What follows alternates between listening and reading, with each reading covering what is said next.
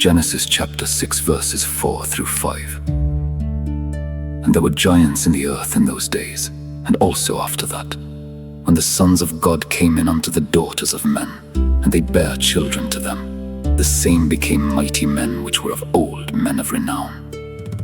And God saw that the wickedness of man was great in the earth, and that every imagination of the thoughts of his heart was only evil continually. We have here a further account of the corruption of the old world, when the sons of God had matched with the daughters of men. Though it was very displeasing to God, yet he did not immediately cut them off, but waited to see what would be the issue of these marriages, and which side the children would take after. And it proved, as usually it does, that they took after the worst side. Here is 1. The temptation they were under to oppress and do violence. They were giants, and they were men of renown. They became too hard for all about them. 1. With their great bulk, as the sons of Anak, Numbers chapter 13 verse 33. 2. With their great name, as the king of Assyria, Isaiah chapter 37 verse 11. These made them the terror of the mighty in the land of the living, and thus armed they daringly insulted the rights of all their neighbors and trampled upon all that is just and sacred. Note: those that have so much power over others as to be able to oppress them have seldom so much power over themselves as not to oppress.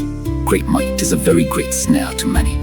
This degenerate race slighted the honor their ancestors had obtained by virtue and religion, and made themselves a great name by that which was the perpetual ruin of their good name. 2.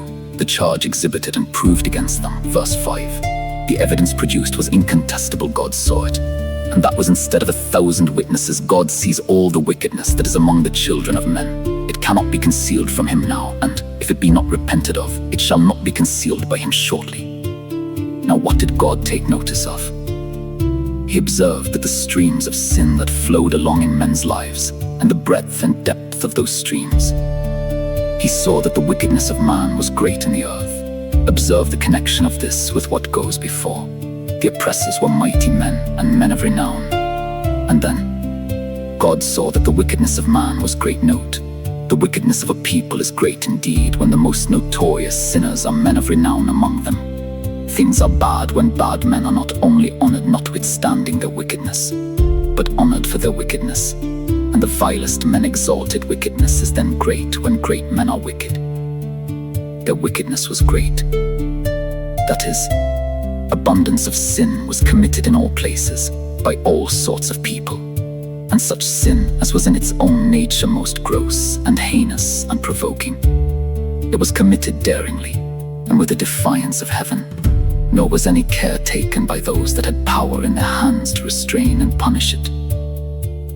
This God saw. Note: all the sins of sinners are known to God, the judge.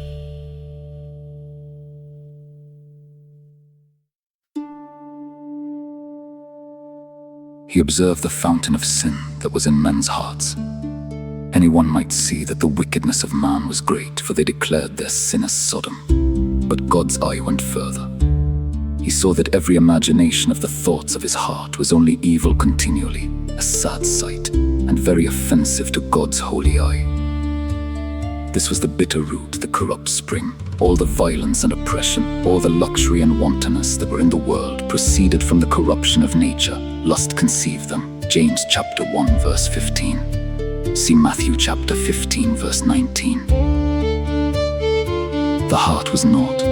It was deceitful and desperately wicked. The principles were corrupt and the habits and dispositions evil. The thoughts of the heart were so. Thought is sometimes taken for the settled judgment or opinion, and this was bribed and biased and misled.